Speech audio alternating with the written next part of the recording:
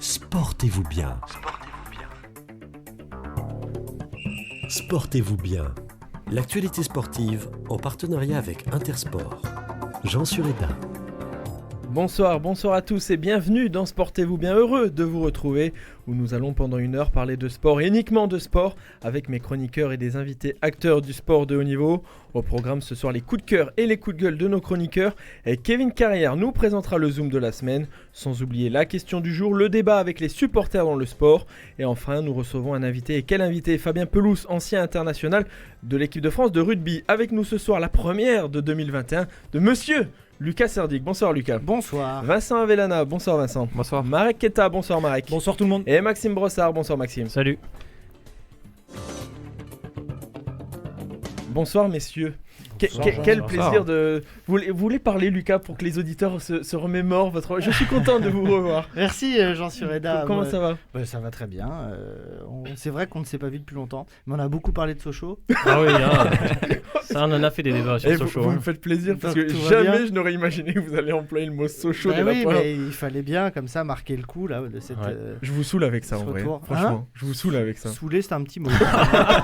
C'est énorme. Mais bon, c'est plus fort que moi, je suis désolé. hein. Ça, c'est sûr que c'est plus fort que vous. On l'a bien Mais vu. bon, au moins, je suis pas un footix. Hein, Non, ça c'est clair. putain, non. Ça c'est clair. Non, ça c'est clair. Vincent est avec nous pour la deuxième fois. Comment ça va, Vincent? Ça va, toujours pas pour Sochaux, désolé. Ouais, on parlera dans le Zoom de la semaine de ce qui s'est passé, du vol. Je crois que Tout c'est de suite. je crois que c'est le seul dans l'Ouest de toute façon. Ah du ouais. pays. Ouais, on doit être trois. Hein. Oh, Trois paumés je serais- ici. Je serais étonné de connaître leur nom. Et c'est un grand jour, Maxime, Oui. pour moi aujourd'hui. Ah oui, c'est Et vrai. je Comme salue disent le- les Américains, history has been made. Je Ouais. salue Francky, qui est le responsable Incroyable. technique de la radio où nous sommes.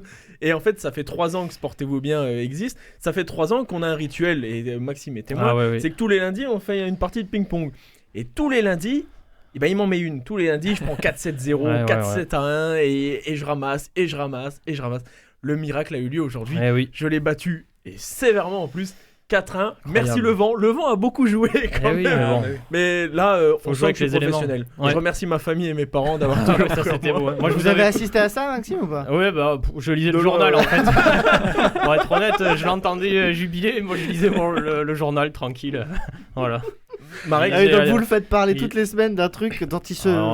complètement, en fait. mais totalement. Ah, j'étais plongé dans la dépêche et puis j'entendais ouais. Il est vraiment trop gentil parce qu'il fait pareil avec Sochaux. Ah, Il en mais- parle à chaque fois, mais il s'en fout Non, complètement. mais avec en vrai. Sochaux, qu'est-ce qu'on rigole sur Ah nous oui, deux. oui, c'est mythique. C'est- Heureusement qu'ils sont là ces débats sur Sochaux parce que c'est... Marek, on va pas parler de Sochaux, on va parler de pas de sport merde, hein. forcément. Ça fait quoi d'avoir un grand joueur de ping-pong à votre table? Moi, je suis pas témoin de votre exploit, donc je sais pas. Moi, je pense que c'est un peu comme J'imagine. le Covid, on en doute tous au fond. c'est ça, ouais. Bon, et moi j'ai un pari que j'ai perdu avec, vous savez que en dehors de ça, je suis surveillant dans un Eh collège, je salue les élèves qui nous écoutent, Ah. et j'ai perdu un pari avec Omar, qui est un élève de ce collège, et je lui avais promis, si Sochaux perdait contre Toulouse, de lui faire cette dédicace que je salue. Et oui, Omar, le Maroc est la plus grande équipe du football africain. Voilà, Ah mais voilà. On vient de perdre tous nos auditeurs algériens. Merci à vous, c'était sympa. Donc voilà, pari tenu, je tiens parole, et je vois que vous êtes prêts, messieurs, on va pouvoir démarrer avec les coups de cœur et les coups de gueule. Sportez-vous bien. Les coups de cœur et les coups de gueule. Chaque semaine, vous nous parlez d'un événement qui vous a marqué comme une joie ou une déception. Il y a beaucoup de joie, il y a quasiment que de la joie, et c'est pas quasiment, il y a que de la joie, que des coups de cœur. C'est vrai que le sport français se porte bien. On va parler de ski alpin, on va parler de perche, on va parler de rugby, mais on va commencer par le vélo. On va partir sur la Marseillaise. Non, on va pas parler de pétanque, mais bien de vélo. Vincent. Bien de vélo, oui. Mehdi m'avait lâchement piqué ma news vélo la semaine dernière. Je le remercie d'être absent ce soir. Restez là Ça où vous fait du êtes, bien hein. à tout le monde, je crois. Il y a des dates clés. On le salue. Il y a un peu des dates clés dans le sport. On a la Saint-Valentin, ça Ligue des Champions. Oui. Le dernier week-end de janvier, c'est le début de la saison cycliste professionnelle en France. 17 équipes au départ de cette course organisée par des irréductibles gaulois, puisque c'est organisé au milieu d'un florilège d'annulations dans le cyclisme mondial. Pas de Tour Down Under en Australie, pas de Tour de San Juan en Argentine, pas de Challenge de Majorque en Espagne. C'était donc la raison pour laquelle il y avait un si gros plateau. La rentrée, donc ce Grand Prix cycliste la Marseillaise, sans faire offense à la classique de Valence remportée par Lorenzo Manzin de Total Direct Energy, c'est pas vraiment une course de reprise, même pas à 70 km. Là, pour le coup, Même moi, j'aurais je pu peux la faire. Quoi. On va finir sur le podium, moi, c'est pour vous dire. Quoi. donc là, on avait quand même 7 World Team sur les 17 au départ pour cette 42e édition. 171 km autour de Marseille dans l'arrière-pays. Jamais de plat, rien de compliqué, mais jamais plat. Vraiment pas dur, mais bon, beaucoup de Histoire vent, faire une telle bonne distance. reprise, quoi, une bonne reprise, une bonne mise en route. Ouais. Surtout une telle distance après le Covid et les entraînements tronqués, la préparation tronquée, les reprogrammations de course, c'est toujours compliqué la reprise. On retrouve un scénario de course classique avec une échappée matinale avec 6 courageux qui ouvrent la route pendant une centaine de kilomètres. Ils n'ont jamais pu espérer jouer la victoire, on leur a jamais laissé assez d'avance. Tout le monde est revu après Cassis dans la route des Crêtes, principale difficulté de la journée. Situé à une trentaine de kilomètres de l'arrivée, le peloton explose sous les attaques. On a vraiment eu un final rythmé dans la dernière heure de course. Les équipes françaises montrent le maillot. C'est aussi la richesse de ces courses de début de saison. On voit les nouveaux maillots, les nouveaux noms d'équipes, on voit aussi les nouvelles têtes. Et s'il y a bien un maillot qu'on a hâte de voir, et pas une nouvelle tête, c'est Julien Alaphilippe avec son maillot de champion du on l'a monde. déjà vu, Mais là, le voir sur une année entière, de le revoir. être, Oui, voilà, bien sûr, c'est ça. Il va falloir attendre un peu, mais effectivement, ça nous tarde. Même Il si va être on papa l'a déjà d'ailleurs. vu. Il va être papa. Pas de maillot pour ça, mais c'est une belle nouvelle quand même. Donc on a vu côté français la Total Direct Energy, AG2R Citroën Team, Cofidis, Groupama FDJ, Arkea, Samsic aussi. Parmi les grosses attaques, on a vu celle du Belge Tim Wellens qui est resté un moment à l'avant. Sinon, la montée de la Gineste est avalée tambour battant. On retrouve une trentaine d'hommes dans la dernière ligne droite, un faux plat montant aux abords du stade Vélodrome. Pas encore brûlé pour le moment. Et il y a ce petit jeu, c'est une énorme surprise puisque c'est Aurélien Paré-Peintre, le grimpeur au Savoyard de la G2R Citroën qui s'impose en costaud et qui succède à son coéquipier Cosnefroy. C'est assez particulier puisque il a battu les deux des meilleurs sprinteurs français que sont Thomas Bouda et Brian Cocard. Pour un grimpeur de 24 ans que l'on connaissait puisqu'il a terminé 16e du Tour d'Italie il y a quelques mois. C'est un gros coup. Lucas, oui. C'est une bonne remise en route pour le cyclisme. Ça fait plaisir. Et puis effectivement, Aurélien, là, j'en ai entendu parler au Tour d'Espagne l'année dernière. J'avais suivi de loin ses performances, mais c'est très prometteur quand même de faire dans les 15 quasiment au général du Vuelta. En plus, il était très régulier sur les étapes de montagne. Il gagne un sprint, alors faux plat montant, mais quand même quoi. Devant Cocard, j'avoue que il me tarde de voir ce qu'il va faire cette saison parce que c'est très prometteur. Maxime Brossard. Ouais, c'était juste pour rebondir, ça a l'air pas mal cette équipe AG2R Citroën, elle s'est montée cette année, non? Non, elle s'est pas montée cette année, elle a accueilli Citroën comme co-sponsor cette année. Du coup, ça, de budget aussi. Ça fait un budget sympa. Ils passent à une nouvelle ère avec le départ de Bardem et le recrutement de gros noms comme Jungels notamment. Et on parle de cette équipe comme étant la possible prochaine équipe aussi de Julien Alaphilippe puisqu'il est en fin de contrat dans un an et que peut-être ils auront les moyens de l'attirer et lui il pourrait être intéressé, donc à suivre. C'était pas le seul événement vélo ce week-end, il y avait le cyclocross. Oui, c'est ça, c'était la fin de la saison puisqu'on avait les championnats du monde à Ostende en Belgique et on a eu le duel tant attendu entre les deux monstres de la discipline que sont Wout van Aert côté Belgique et Mathieu van der Poel côté hollandais et français pour les généalogistes chauvins bien sûr. Évidemment. Les deux ont survolé la course avec quelques rebondissements. Le Belge était en tête suite à un arrêt du Hollandais qui n'a pas chuté mais il est descendu de vélo. Van Aert a crevé, donc Van der Poel est revenu puis s'est envolé. Il remporte donc un 4e titre mondial et le Belge Tom Hart termine 3e. Oui. Question bête, messieurs. Alaphilippe, on vient d'en parler, il va avoir le maillot de champion du monde. Est-ce que lui, il aura le droit de le mettre sur le circuit? Non, ça n'a strictement rien à voir, on est d'accord. Il aura que cyclocross qu'il aura le droit de le mettre, mais pas sur le piste. C'est comme sur pour la route. les contre-la-montre, je crois. Le champion du monde contre-la-montre, il le met qu'en contre-la-montre. Ah ouais, oui. C'est bizarre ça. Ouais. Si un joueur de foot fait du cyclisme, il pourra pas mettre son étoile. Il faut rester logique, Jean Suradal. C'est ça. C'est vrai, c'est pas faux. Mais c'est quand même. C'est quand même une grosse actu. Vincent, pour finir. Un petit mot sur les femmes, puisqu'on a eu un triplé néerlandais. Lucinda Brandt remporte le titre devant Anne-Marie Worst et Denise Betsema. Les trois étaient ensemble au début du dernier tour avant une grosse accélération décisive de la future vainqueur. Il n'y a pas à dire, hein, la Hollande, les Pays-Bas sur le vélo, c'est... surtout sur le cyclocross, c'est très, très, très bon. C'est très costaud. Gardez la parole, Lucas Serdic, parce que là, les Français aussi ont bien performé ce week-end. C'est... Pas que ce week-end, toute la semaine. En fait. Toute la semaine, c'est Noël avant l'heure. Ouais, en ski... Non, je relève pas. En ski alpin, effectivement, ça va très bien. Comme souvent quand il y a beaucoup de disciplines techniques, puisqu'on s'en sort plutôt pas mal, nous les Français, et là même chez les filles, avec Tessa Worley, qui avait bien commencé mardi en gagnant le géant et en en rendant surtout un bel hommage à Julien Liseroux, qui est son compagnon et qui jouait qui descendait sa dernière pente sur slalom après quasiment 20 ans de carrière. Un grand bonhomme du ski alpin français qui tire sa révérence, et Tessa Worley qui l'honore en gagnant le géant. Et quelques jours plus tard, ce week-end, il y avait deux slaloms à Chamonix en France, et Clément Noël a renoué avec la victoire quasiment un an jour pour jour après sa dernière victoire en France à Chamonix. Et ça fait bien plaisir puisqu'il était toujours passé à côté cette saison, Clément Noël. Et puis côté français, on peut vraiment se féliciter aussi de la belle régularité d'Alexis Pinturault qui fait 2 fois 8e. Alors on pourrait se dire... il est proche du gros club. Oui, exactement. Il se rapproche de plus en plus. On pourrait se dire qu'après 2 podiums en slalom, c'est une contre-performance, mais vraiment pas quand on connaît Alexis Pinturault et surtout pourquoi il est passé à côté des gros globes ces dernières saisons. C'est vraiment ce manque de régularité qui lui faisait défaut. En slalom, en fait, il voulait toujours trop bien faire, ce qui faisait qu'il sortait souvent. Et une course pas finie, c'est 0 points. Alors, il vaut mieux finir 8e que de pas finir une course. C'est pas grave, on en met un peu moins. Mais à la fin, ce sera le gros globe pour Alexis Pinturault. C'est vraiment son année. Justement, c'est l'anneau jamais, Vincent, pour Pinturault. Et cette année aussi. Il a quand même la maturité, il y a l'âge aussi qui commence à compter. Il y a la concurrence aussi. C'est toujours la phrase du français, si on gagne, c'est qu'en fait, il n'y a pas de concurrence. Mais l'énorme concurrent n'est pas là, quoi. Mais ce que je trouve beau pour revenir sur Liseroux, c'est qu'il a pu partir comme il souhaitait. C'est quand même un sport où il y a beaucoup de surchutes, blessures. Là, il a pu partir, même si c'est pas qualifié pour la dernière manche, il a pu quand même partir sur les skis. Oui, il a fait son choix, il l'a annoncé tardivement, un petit peu à la surprise générale, mais au moins il l'avait choisi. Et puis comme il a très bien dit, lui, il fait pas les courses pour pas être compétitif, il en avait marre de ça.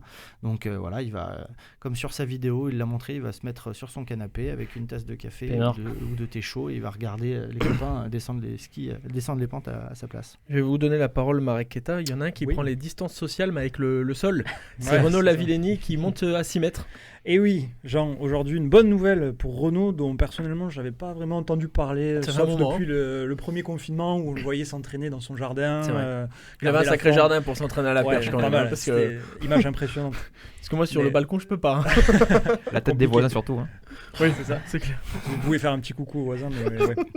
En tout cas, il a passé les 6 mètres 02 lors du meeting de Tourcoing, c'était hier après-midi, et c'est la première fois qu'il passe la barre des 6 mètres en compétition depuis mars 2016.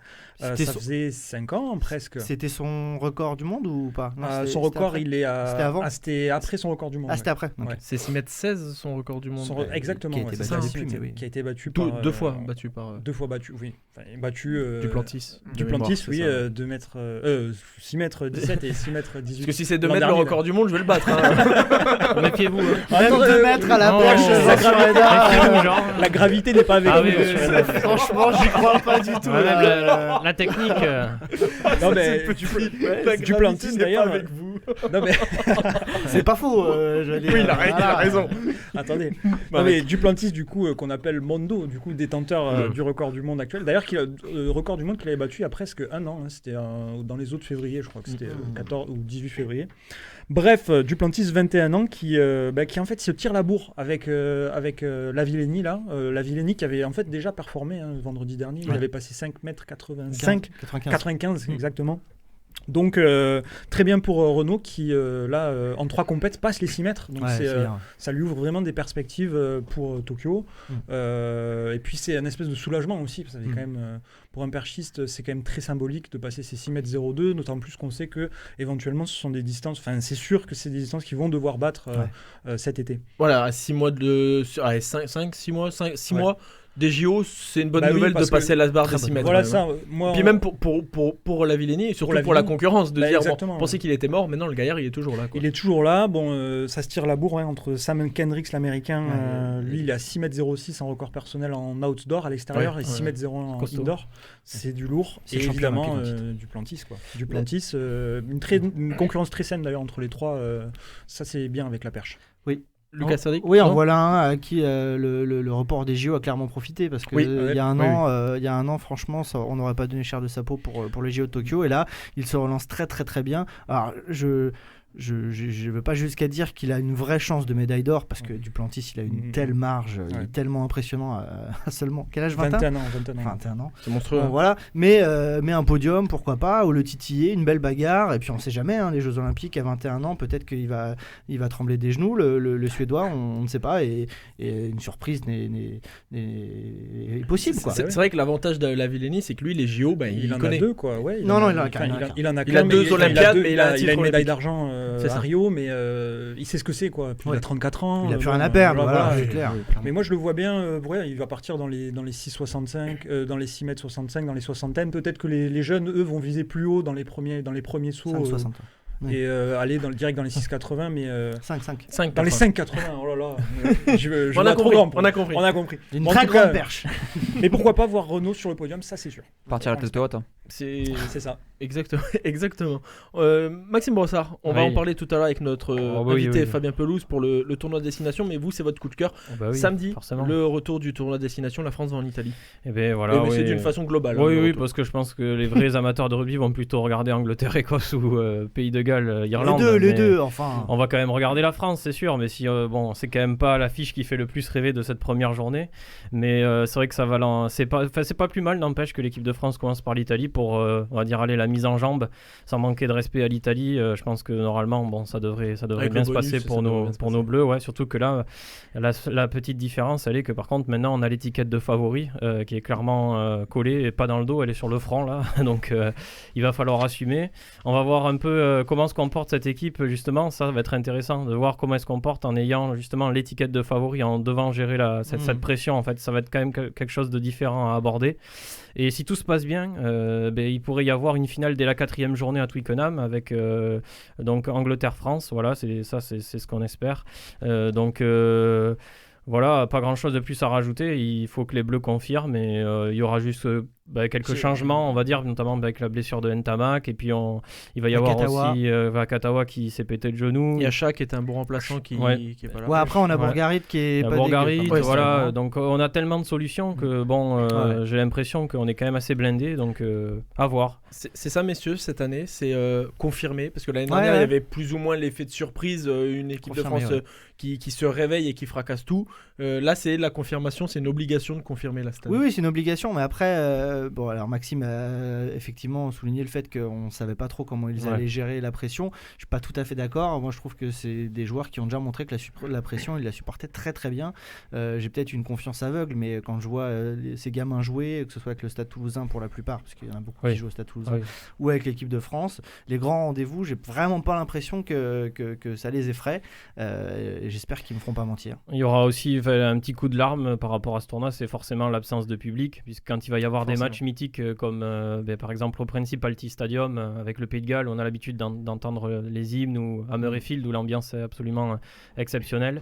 Voilà, ça va être un peu plus triste. Même si le Covid ne gâche pas tout encore, avec l'absence de beaucoup de joueurs, avec des matchs reportés. En sachant, aussi pour information, que les filles vont jouer leur tournoi en avril et les moins de 20 vont jouer en juillet. Et donc ils vont tout décaler. Puis même si le Stade de France et le Stade Olympique de Rome n'ont rien à voir avec les ambiances qu'il y a au Pays de Galles ou en Irlande, mais c'est vrai qu'avoir des stades, c'est 80 000 au Stade de France, je crois que c'est 70-80 000 aussi à Rome en Italie. C'est vrai que on attend que ça, d'avoir des salles et des stades pleins.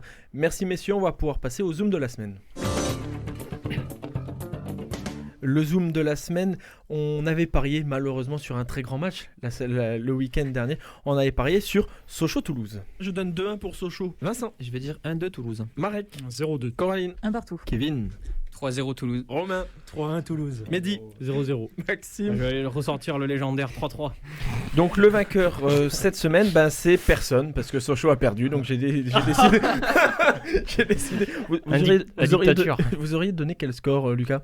C'est quoi le score final déjà? 1-0 pour Toulouse. Ouais, c'est ça que j'aurais dit. On parle vite fait de ce match ou pas, messieurs?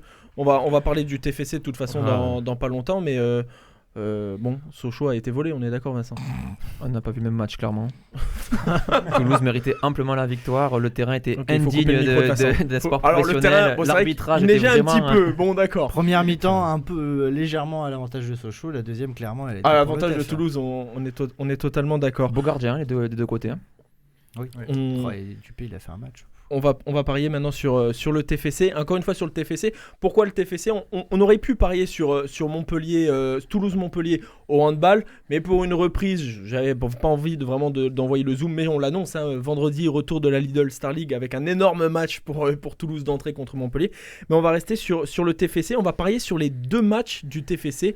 On va pas demander les scores à chaque fois, mais le nombre de points que Toulouse va avoir sur ces 2 matchs. Kevin Carrière, Toulouse-Auxerre et Toulouse 3. Dans le désordre et voilà, bref. Et à l'extérieur, il me semble. Ouais, exactement. Oui, donc le zoom de la semaine sera sur donc la semaine du TFC qui affronte 2 adversaires directs à la montée. Encore. Donc le TFC affronte demain Auxerre 5e et 2e meilleure attaque de Ligue 2, mais qui se trouve un peu dans une mauvaise passe en ce moment avec 2 défaites lors des 2 derniers matchs face à 2 concurrents à la montée. Une défaite 1-0 face à Clermont et une défaite 3-1 face à Troyes. Une rencontre à suivre demain à 20h sur Bein Sport. Mais le Toulouse FC affronte aussi cette semaine le leader troyen samedi à 15h. Un leader invaincu à domicile qui a gagné tous ses matchs avec seulement 2 nuls. Donc 2 énormes matchs qui attendent le TFC cette semaine. Donc je vous parle de cette semaine parce que le TFC, s'il s'en sort bien cette semaine, on pourrait croire franchement... Ils vont en Ligue 1. Moi je le dis, vous voulez pas le dire, mais si ça gagne les 2 matchs, si ça prend 4 points sur 6 cette semaine, le TF est en Ligue 1. Oui, parce qu'après le TFC c'est la meilleure attaque de Ligue 2 et ça domine vraiment face aux plus petites équipes et surtout la dernière victoire 3-2 face à Clermont 3e qui fait un petit écart justement. 5 points sur le 3e, c'est bien. On est d'accord Vincent ? Là 4 points sur 6 contre en plus encore une fois 2 concurrents directs. Le mois de janvier a été terrible pour le TFC. Pas comptablement, il a été fantastique, mais sur les adversaires, on en rigolait, mais il fallait aller à Sochaux sous la neige, il fallait recevoir Clermont, je crois qu'il y avait Grenoble, il y avait des gros déplacements. Voilà, on pouvait, c'était un énorme guet-apens pour le TFC. Finalement, ils s'en sortent bien. Faut confirmer dès demain et samedi. Demain c'est Auxerre, samedi c'est 3. S'il y a 4 points sur 6. Le wagon il est là, pourquoi ? Et sans manquer de respect aux autres équipes, c'est que derrière c'est tout à leur portée. Et là ils jouent les plus gros, c'est ça la beauté du calendrier cette saison, c'est que les gros s'affrontent tout de suite. Oui, c'est clairement le mois charnière. Puis le Toulouse a cette supériorité sur le terrain, puis en plus a sûrement le meilleur banc de Ligue 2, un milieu de terrain vraiment confortable, vraiment fort. Et encore une fois les atouts qui ont été cités précédemment par Kevin, l'attaque qui est quand même irrésistible. Lucas ? Oui, non, ça va jouer là maintenant. Ça va jouer là maintenant et moi je suis très confiant. Bon, on va passer sur les pronostics, messieurs. Honneur à vous, Kevin. Combien de points sur les 2 matchs le TFC va en prendre ? Attention, c'est soit 0, 1, 2, 3, 4 ou 6. Kevin ? 4. 4. Kevin 4. Je vous laisse passer le micro à Romain. Lucas ? 6. 6. Ah oui, d'accord. Marek ? 4 aussi. 4 aussi. Coraline, elle va nous le dire après. Romain ? Moi je dirais 4 aussi. 4 aussi pour Romain. Il est où Romain sur ma feuille ? Il est là. Moi je vais donner 4 aussi, comme ça c'est fait. Maxime ? Ouais, personne n'a dit 3, je veux dire 3. 3, donc une défaite pour le TFC, ça c'est un gros coup. Mehdi, il est pas là. Vincent ? Stratégiquement, je vais dire 6, il y a eu trop de 4. Il y a eu trop de 4. Et Coraline ? 3 du coup. 3 du coup, et on salue Coraline aussi qui vient de nous tout rejoindre. Le monde voit la victoire à Auxerre en fait. J'ai l'impression que tout le monde voit la victoire du TFC demain. On va pouvoir passer à la question du jour. Sportez-vous bien ? La question du jour. Je vais dire ce que j'ai dit hors antenne pour la question du jour où vous avez 4 minutes pour y répondre. J'ai dit à Marek, pour la question, Lucas Serdic va m'insulter hors antenne en me disant « Mais c'est quoi cette question encore ? C'est nul !» Comme il fait quasiment... Non, franchement, je le fais déjà à l'antenne. J'ai pas besoin de me cacher. Qu'a fait Henry Pierce lors des Jeux Olympiques d'Amsterdam en 1928 ? Il a bu un café. Oui. C'est un Américain. Et là, c'est un Australien. Australien, ouais. Rapport avec Marie Pierce ou pas ? Pas du tout. Il fait un sport collectif déjà. Non. Collectif et individuel. Là, on va. Ah, il m'énerve déjà. Qu'est-ce que c'est que ça ? Un sport collectif et individuel. C'est du tennis ? Non, c'est pas. Là, on est sur de l'individuel sur ce coup-là. C'est toujours olympique ce sport ? C'est toujours olympique et on les a reçus cette année. On a reçu cette discipline cette année dans Sport et Volley. L'équitation. L'aviron. Il a bu un café en faisant de l'aviron. Il a ramené un truc avec le café ou Café Harry Pierce quand vous avez en 1928. Voilà, un café, on est d'accord. Ah, oui. En 1928. Il est né en 1905, il est malheureusement décédé en 1976. Il a ramé à la main. Vécu quand même. Pardon ? Il a ramé à la main. Non, mais c'est alors je vais vous donner un indice, c'est absurde. Ah, c'est absurde. Est-ce que c'est une victoire ? C'est une victoire ? C'est par rapport il a gagné sur ce coup-là. D'accord. Quelque chose d'absurde contre le français Vincent Saurin peut-être le Est-ce frère que, de William. est-ce que c'est comme, quart de est-ce que finale. c'est comme le Vendée Globe cette semaine, il a gagné alors que c'est pas lui qui a franchi la ligne d'arrivée en premier. Non.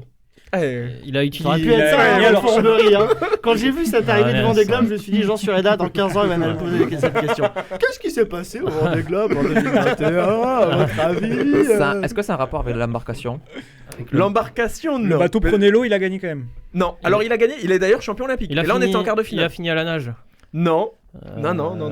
Il a utilisé un bateau à moteur. s'est qualifié. Ce qui, je pense, aujourd'hui n'arriverait plus. Il s'est qualifié alors qu'il était dernier. Il a fait tomber son adversaire. Il a fait tomber, non, c'est contre le français Vincent Serin lors des quarts de finale. Il s'est qualifié malgré ce qui s'est passé. Il a percuté. Et il a ensuite été champion olympique en 28 et en 32. 4 ans après, il Il a lui a réussi. donné un coup de rame. En skiff.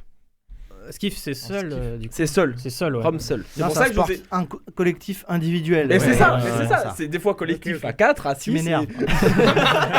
Il a perdu une rame. Il a gagné avec une seule rame. Non. Il a percuté le bateau Vous allez comme me dans tuer. Mario Kart. Vous allez me tuer. Non. Non, du tout. Il Il a gagné. n'y avait pas d'eau. C'est absurde. Voilà. Voilà. Il a gagné à pile ou face? Tu m'énerves. Tirage au sort? Oh C'est non, pas ça. c'était l'aviron. C'est pas ça. Le français a fait le. rameur en salle. Ouais. L'adversaire a déclaré forfait, non? L'adversaire a déclaré Non. forfait. Non. Il s'est trompé. Il avait une bouée de Absurde. sauvetage. Non. Allez, il vous reste 30 Est-ce que secondes. c'est par rapport à Il l'adversaire a ou c'est fini- par C'est rapport pas à par lui? Il a rapport à fini- l'adversaire et c'est pas par rapport à lui. Il a fini à la nage. Ah ouais, d'accord. Non. C'est comme. C'est le premier Australien. Non, du tout.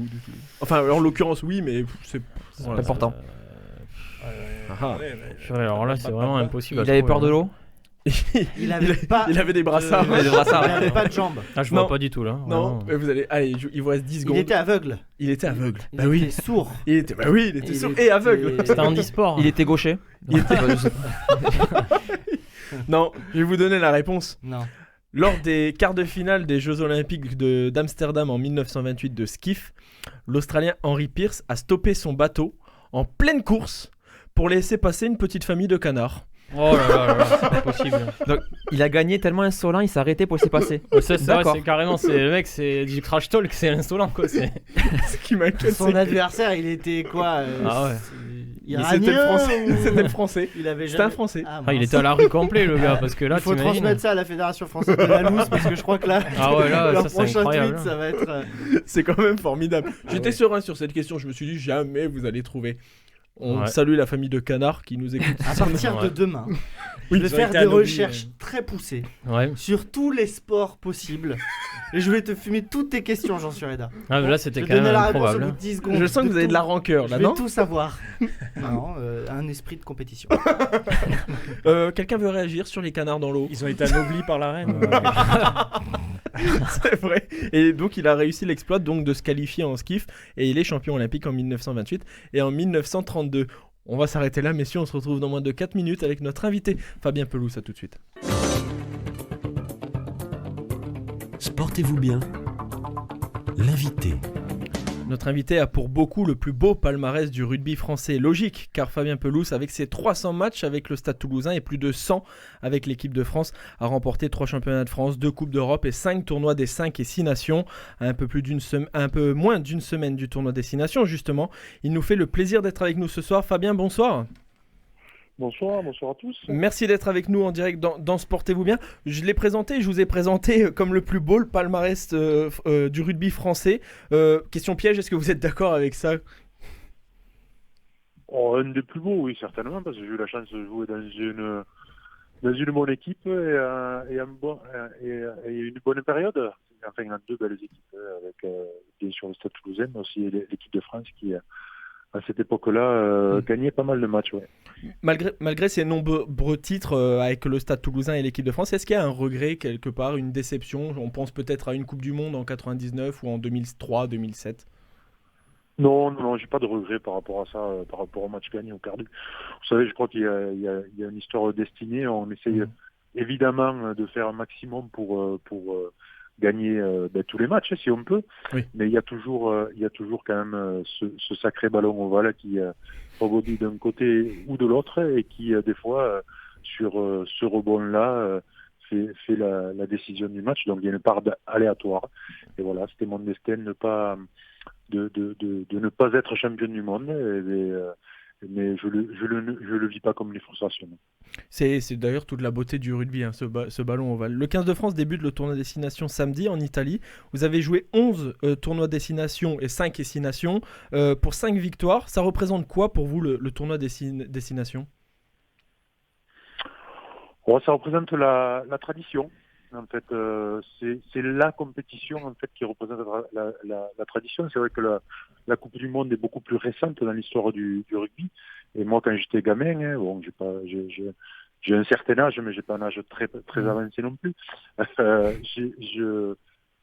Même moi, quand j'étais petit, quand je m'entraînais, je tapais le drop pour être pour gagner avec l'équipe de France, pour gagner le tournoi destination, enfin les 5 nations à l'époque, et pas pour gagner la Coupe du Monde. Donc voilà, ça représente à la fois la tradition du samedi après-midi, souvent avec son père et son grand-père devant la télé, pour moi en tout cas, et ensuite de pouvoir le jouer en continuant finalement cette tradition avec les smokings. Peut-être une tradition un petit peu désuète maintenant, mais qui a toujours son charme et qui replace en fait aussi cette compétition dans une dimension intemporelle aussi du rugby. Je trouve que c'est une jolie compétition qui fait le trait d'union entre toutes les générations de rugby. Justement, c'est le débat, vous y avez un petit peu répondu, mais c'est le débat entre les chroniqueurs où certains disent que le tournoi a beaucoup plus de valeur, le tournoi destination, que la Coupe du Monde. Donc vous partagez cet avis? Ah non, mais c'est une valeur tout à fait... Il n'y a pas de valeur sportive là-dedans, il n'y a qu'une valeur émotionnelle. Oui, voilà. Et de ressenti par rapport à ce qu'est le tournoi, en fait, dans le panel... des compétitions du rugby à travers l'histoire du rugby. C'est vrai que la coupe... Non, c'est deux choses différentes, c'est incomparable. Voilà. Je crois qu'on essaye de hiérarchiser les choses, mais en fait, c'est toujours difficile de hiérarchiser les émotions que l'on ressent à travers le fait qu'on regarde un match devant sa télé, qu'on va au stade pour le suivre ou qu'on est entre amis pour le regarder dans un bar. Donc voilà, on vit les choses différemment et c'est toujours difficile de hiérarchiser. Et pour les joueurs, c'est un peu la même chose. En fait, ça dépend des circonstances, des équipes avec lesquelles on les joue, des différentes années. Moi, je les joue 11 fois. Comme vous le disiez, j'ai pas ressenti les mêmes émotions à chaque fois parce que les aventures humaines étaient différentes. Question d'un chroniqueur, Maxime Brossard. Oui, bonsoir Fabien. Moi j'avais une question à vous poser. Mais, en préambule de l'émission, on parlait un peu de l'ambiance de ces 6 nations. Est-ce que vous avez un stade en particulier qui vous tient à cœur, qui vous a marqué, ou un adversaire que vous aimiez affronter? J'imagine l'ambiance par exemple au Pays de Galles ou le Flower of Scotland en Écosse. Quel est un peu pour vous l'adversaire que vous aimiez affronter et le stade que dans lequel vous préfériez jouer? J'ai toujours préféré jouer en France quand même, parce qu'on était plus soutenu par notre public, mais il y a quand même 2 stades qui restent quand même un petit peu différents. C'est Twickenham quand même, ça représente, parce que c'est quand même historiquement, voilà, l'équipe d'Angleterre joue là depuis des dizaines et des dizaines d'années, même s'il a évolué, ça reste toujours Twickenham avec son lot d'histoire. Et ensuite, il y a le Millennium à Cardiff, qui est un stade qui est atypique parce qu'il se ferme. C'était le premier stade en Europe sur lequel on a joué qui se fermait. Et c'est vraiment c'est une salle de sport, en fait, où on ressent pas l'humidité, où toute l'ambiance est décuplée justement par le fait que ce soit fermé, que le stade soit fermé. Et puis voilà, quand on joue les Gallois, notamment à partir des années 2000, c'était jamais simple. On s'en est toujours bien sorti, mais c'était jamais simple. Donc il y avait toujours des matchs après. C'est vrai que c'est des matchs que j'aimais bien parce qu'il fallait se les chercher quand même. Il fallait être bon et c'était souvent après rude. Quel regard, on retourne en 2021, quel regard vous portez à ce 15 de France, nouvelle génération, j'ai envie de dire? Un regard bienveillant et surtout plein d'attentes, je crois, comme tout le monde. C'est vrai que ça fait 10 ans qu'on était un peu sevrés en tout cas de résultats, ça c'est sûr. Et je crois aussi de jeux de rugby qui nous donnent l'émotion. On était sur des générations des styles de jeu très basiques, plus statistiques, j'ai envie de dire, des visions de jeu plus statistiques. Là, on est sur une génération qui a à la fois du potentiel évidemment sportif, mais qui a surtout beaucoup de potentiel pour transmettre de l'émotion, parce que c'est une équipe qui joue avec de l'émotion et surtout des joueurs. Voilà, on a une génération de joueurs qui a cette qualité-là de pouvoir tenter des choses et d'être à la fois, ils sont à la fois très très bons individuellement, ils peuvent faire basculer les matchs, et collectivement, ils arrivent ensemble pour construire une nouvelle aventure. Et je crois qu'ils ont bien compris ça et ils vont s'attacher à faire ça. Donc moi, je le regarde d'un œil bienveillant et j'espère que voilà, au-delà de ce tournoi-là, l'équipe va continuer à se construire avec en vue, bien sûr, la Coupe du Monde 2023, qui est quand même l'objectif final peut-être pas de cette génération, parce qu'il y aura peut-être une autre Coupe du Monde pour eux, mais en tout cas, un premier gros objectif de la Coupe du Monde, c'est sûr. En début d'émission, on parlait justement de ce tournoi destination. Il y avait l'année dernière, juste après la Coupe du Monde 2019, une défaite en quart de finale contre le Pays de Galles. C'était un effet de surprise de voir cette équipe de France, pour le grand public, j'entends, de voir cette équipe de France avec des émotions, donner des émotions et gagner. Est-ce que vous êtes d'accord avec nos chroniqueurs pour dire, et même pour les observateurs du rugby, pour dire que c'est la confirmation cette année, c'est presque une obligation de confirmer l'acquis qu'il y a eu en 2020? Oui, de toute façon, parce qu'on est encore une équipe en construction. Évidemment, on attend beaucoup maintenant de cette équipe-là. Oui. Et évidemment qu'on a tous envie qu'elle confirme. Mais malheureusement, le tournoi nous a souvent appris que les vérités du mois d'octobre ou de novembre, ce ne sont pas celles du mois de janvier et encore moins celles du mois de mars en fin de tournoi. Donc j'espère en tout cas que voilà, notre nouveau statut va pas être écorné durant ce tournoi et que la dynamique va pouvoir continuer. Mais moi, je me méfie toujours des pronostics de début de tournoi, parce qu'ils sont rarement à l'arrivée finalement. Donc quand vous savez, les médias, vous connaissez bien les médias, quand ça perd, l'équipe est catastrophique, et quand ça gagne, on est presque favori. Vous me voyez venir et vous venez un petit peu aussi d'y répondre encore. La France, dire que la France est favorite par rapport à ce tournoi de destination, c'est osé, c'est culotté ou pas? On est en tout cas, on a un statut différent des 10 dernières années. On arrive peut-être dans ce tournoi en étant moins outsider et en faisant un peu plus peur à tout le monde.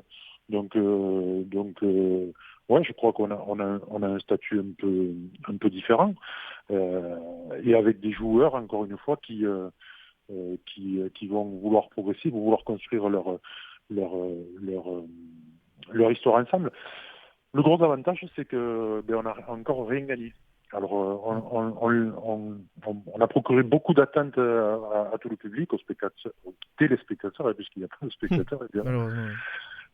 Mais on a procuré, en fait, on a engendré beaucoup d'attentes par rapport à cette équipe. Donc, il faut absolument répondre à ces attentes, parce que sinon, finalement, la déception, la frustration, elle va être à la hauteur de l'attente qu'il y a eu par rapport à cette équipe. Et qu'il y a toujours par rapport à cette équipe. Donc voilà, moi je croise les doigts. Franchement, j'ai pas de doute sur l'investissement, mais bon, vous savez, voilà, le match de l'Écosse l'an dernier est un bon exemple de se dire les choses elles peuvent très mal s'entamer et finalement tourner au vinaigre, alors qu'on a tout le temps la même qualité d'équipe, la même qualité de joueurs, mais sur ce match-là, c'est pas passé. Et voilà, ça nous empêche de faire le grand chelem l'an dernier. Et ça n'enlève rien à la qualité de cette équipe. C'était le jour 100. Et espérons que cette année, on n'est pas le jour 100, tout simplement. Pour terminer, Fabien, il y a cette équipe, cette génération qui, vous l'avez dit aussi tout à l'heure, qui va vivre ce que vous avez vécu en 2007, c'est-à-dire jouer une Coupe du Monde à domicile. Déjà, quel souvenir gardez-vous de cette Coupe du Monde à domicile en 2007? Une défaite malheureusement en demi-finale, mais on se souvient tous forcément du quart de finale à Cardiff contre les All Blacks. Et quels sont peut-être les pièges à éviter d'une Coupe du Monde à domicile, s'il y a des pièges? C'est très, très mitigé en fait le souvenir que j'en ai. Ah oui. avec un souvenir extraordinaire de l'engouement qu'il y a eu, de l'attente qu'on avait su créer aussi, ou qui a été créée autour de nous par rapport à cette Coupe du Monde. Et puis finalement, la frustration de ne pas arriver au bout, un sentiment un peu d'inachevé, voilà, quelque chose de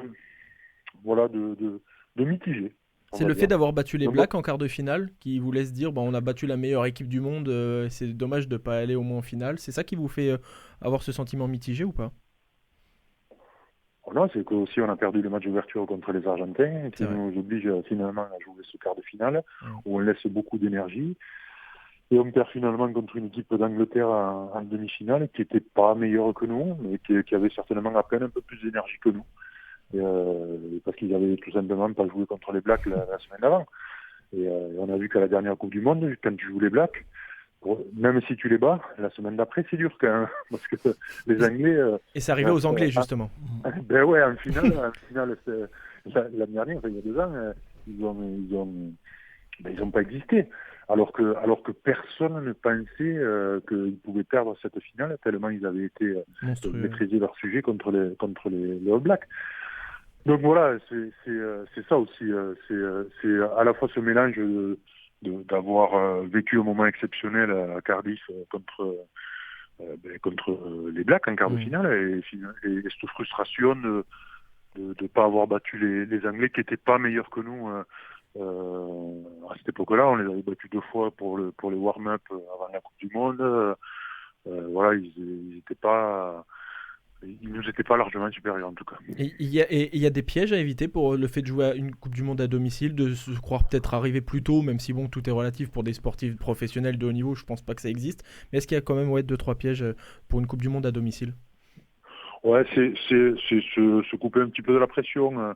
Voilà, il y a 2 façons de voir les choses. C'est justement absorber cette pression et s'en nourrir de cet engouement en fait qu'il y a autour dans la nation autour de la Coupe du Monde. Et ça peut être un point positif, et ça peut être aussi un point négatif, parce que ça peut être difficile à assumer pour certains joueurs peut-être plus fragiles que d'autres. Donc il y a ce mélange-là, et puis il n'y a jamais de vérité dans la formation des groupes et dans le management des hommes. Donc il va falloir justement l'appréhender au fur et à mesure, de ne pas créer trop d'attentes non plus autour de cette équipe de France, pour pas mettre trop de pression non plus sur les joueurs qui ont des qualités indéniables, qui s'ils jouent à leur niveau normalement devraient se qualifier pour les phases finales, quelle que soit la poule finalement. Et après c'est une autre compétition qui commence. Sur 3 matchs, il faut être la meilleure équipe pendant 3 matchs. Voilà, il y a vraiment le niveau nominal de l'équipe avec des joueurs qui te permet de te qualifier pour les phases finales. Et là c'est souvent la grande inconnue, parce que c'est les circonstances du match qui font finalement le résultat. C'est tout ce qu'on souhaite à l'équipe de France, et rendez-vous. Oui, c'est tout ce qu'il faut souhaiter, oui. Exactement. Et rendez-vous donc pour les amoureux du rugby, et même pour ceux qui n'apprécient pas vraiment le rugby, encourager l'équipe de France chez nos confrères de France Télévisions, France 2. Ce sera samedi à 15h15 contre l'Italie. Merci beaucoup, Fabien. Merci à vous. Merci d'avoir été avec nous dans Sportez-vous bien, et nous, on va pouvoir passer au débat de la semaine.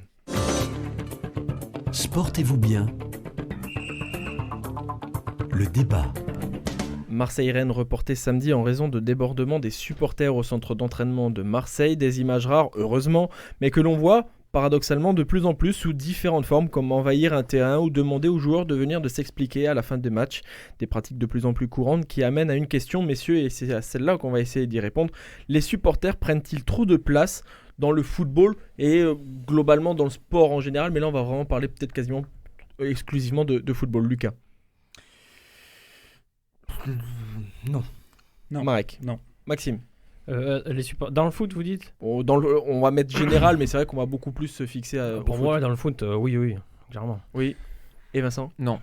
Alors, il y a le rugbyman qui nous dit oui. Déjà, les mecs, ils ouvrent leur gueule tout le temps. Enfin, je veux dire, c'est dans les autres sports, j'ai pas l'impression qu'il y a autant d'impact que peut avoir les supporters et les ultras dans le monde du foot, quoi. Déjà, c'est vrai que ça se voit pas dans le rugby. Dans le rugby, ici, il y a quand même un impact, mais il est plus mesuré. C'est-à-dire que les gens vont pas casser des voitures ou brûler des arbres. Non, mais... enfin bon, s'ils peuvent descendre pour en coller une, moi j'ai des récits il y avait de matchs des de images, rugby avec les supporters, c'était violent quoi. Oui, mais bien sûr, des fois il y a de la violence, il y en a partout, mais je parle par rapport à l'impact qu'il peut y avoir sur la direction d'un club ou sur... voilà, c'est ça que je veux dire. Pas spécialement dans le fait que, oui, de la violence, il y en a partout. Mais je veux dire que par rapport à l'impact de la politique d'un club ou même carrément de la vie des joueurs, je trouve que les supporters de foot sont ceux qui ont le plus d'impact. Quand la politique d'un club est bonne, les supporters ne vont pas incendier des centres d'entraînement. Alors, je suis pas en train de justifier la violence, évidemment que non. Mais je trouve que beaucoup de supporters ont raison de se sentir floués en ce moment. Surtout à Marseille. Surtout à Marseille, mais il y a d'autres clubs comme ça. Nantes, Bordeaux. Par exemple, dans l'Est de la France, effectivement. Non, mais quand tu as des gens qui arrivent et qui pissent un petit peu sur ton club, il y a au moins de quoi être en colère quand tu mets la moitié de ton salaire dans un abonnement, voire plus. Ouais, après, moi j'ai du mal à comprendre cette passion, on va dire, démesurée, dans le sens où tu mets peut-être la moitié de ton salaire, mais je veux dire, après, déjà, premièrement, rien ne t'oblige à payer un abonnement, tu vois, et en plus, ce que je trouve mais fou... quand tu payes, tu t'attends à avoir quelque chose. Ouais, mais je veux dire, ce que je trouve fou, c'est qu'il y ait autant de répercussions sur la vie des gens, tu vois ce que je veux dire, c'est ça que je trouve fou, moi, que j'arrive pas à comprendre, c'est d'en arriver à un tel point que tu casses des choses, que tu cries à la révolte. La violence c'est non. Oui, non, mais même, oui, voilà, c'est ça. Mais c'est juste que je trouve que quand même, ça va très loin. On a tous supporters à peu près d'une équipe, peut-être pas à l'accès comme ces gens-là. Mais je veux dire, moi, ça ne viendrait jamais à l'idée, si mon équipe perdait, de faire autant de choses, quoi. Je veux dire, c'est... Moi, je pense on est d'accord sur la violence, mais on dit souvent que le foot, c'est le miroir de la société, et ça l'est depuis maintenant vraiment de nombreuses années. Et donc, ce qu'on a vécu ce week-end, les déprédations commises par les supporters marseillais à l'Olympique, c'est un peu, finalement... C'est un peu ce qui se passe quand les Français sont pas contents, mais il y a de la casse, c'est un peu pareil. Même ça reste du foot, c'est ça que je veux dire, quoi. Oui, mais ça reste un sport, quoi. Oui, mais pour moi, même les dirigeants, ils prennent aussi une tournure. Et puis, je trouve que les choses prennent vraiment une dimension politique. Réduire à cette phrase, c'est que du sport, c'est vraiment faire un déni de réalité. C'est pas du tout que du sport pour eux, c'est beaucoup. Prenez des supporters lensois. Pour moi, c'est ça que j'arrive pas à comprendre, c'est arriver à un tel point que... Ouais, mais quand tu vends des émotions, tu faut t'attendre à ça. Ouais, mais que ça arrive à un tel point dans la vie des personnes, que ça a une telle implication. Je veux dire, il y a aussi d'autres moyens de s'impliquer dans un club. Il y a le bénévolat, par exemple, qui est quelque chose de plutôt pas mal. Le bénévolat à Marseille. Oui, non, mais si. Mais Marseille est un cas par... Il y a bien une association pour les équipes de jeunes, non ? Je pense que donc, voilà, il y a bien d'autres moyens de s'impliquer dans la vie du club, je pense. Est-ce que, comme il l'a dit, Maxime, on est tous supporters, plus ou moins, Vincent de Toulouse, moi de Sochaux, tout le monde le sait, Lucas plus du Paris Saint-Germain, etc. On s'en cache pas, voilà. Est-ce que, par exemple, vous, Vincent, alors sans copier exactement ce qui s'est fait à Marseille, parce que c'est une aberration totale, mais est-ce que vous vous sentez, vous, légitime en tant que supporter d'aller critiquer les joueurs, d'aller demander aux joueurs de les appeler, d'aller demander des comptes à la direction? Vous vous sentez légitime, vous, en tant que supporter? Alors, en tant que supporter, oui, si c'est bien fait, c'est bien encadré. On prend l'exemple de Toulouse, c'est que ce qui se fait, c'est un porte-parole. Le chef des Indians, par exemple, qui va demander un entretien ou qui va aborder l'entraîneur ou quoi. Après, c'est comme dans tous les dialogues. Si c'est pour aller caillasser ou insulter, c'est pas un dialogue, c'est pas du tout constructif.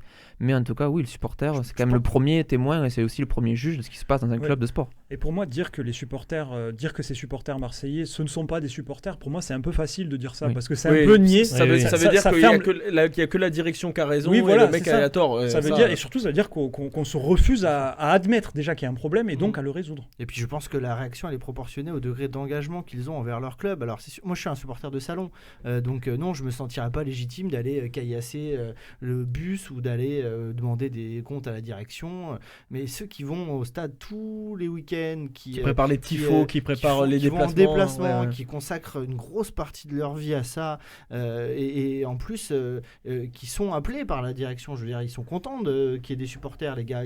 Ils en font un argument de venir à Marseille. Il y a des supporters, quoi. Je veux dire, ils savent où ils atterrissent. Puis il y a une énorme ferveur. Marseille, c'est vraiment l'exemple bien typique. Bien sûr, c'est un stade qui peut te renverser un match. Derrière, ce degré d'investissement, je comprends qu'il se transporte aussi dans la réaction un petit peu vive qu'ils peuvent avoir sur trop vive, évidemment. Encore une fois, la violence, je justifie pas, mais ils prennent l'importance qu'on leur donne aussi. À Marseille, s'ils veulent pas de supporters, ils ferment les tribunes, mais ils les veulent, ces supporters. Vincent Avellana. Après oui, la Marseille attire l'attention car c'est un club médiatisé, c'est un événement qui est assez impressionnant, mais le grand public ne se rend pas compte qu'il existe. Déjà, il faut différencier. Il y a du supporterisme, de l'hooliganisme. Il y a plusieurs strates, plusieurs couches, plusieurs degrés de passion. Voilà. Et puis c'est un art de vivre. Les hooligans ou même un degré moindre supporters vivent autour de leur club, un amour de leur club. Toute leur semaine est articulée autour de ça. Il y a des études, des sociologues qui font des études justement sur cet impact du sport et du foot encore plus.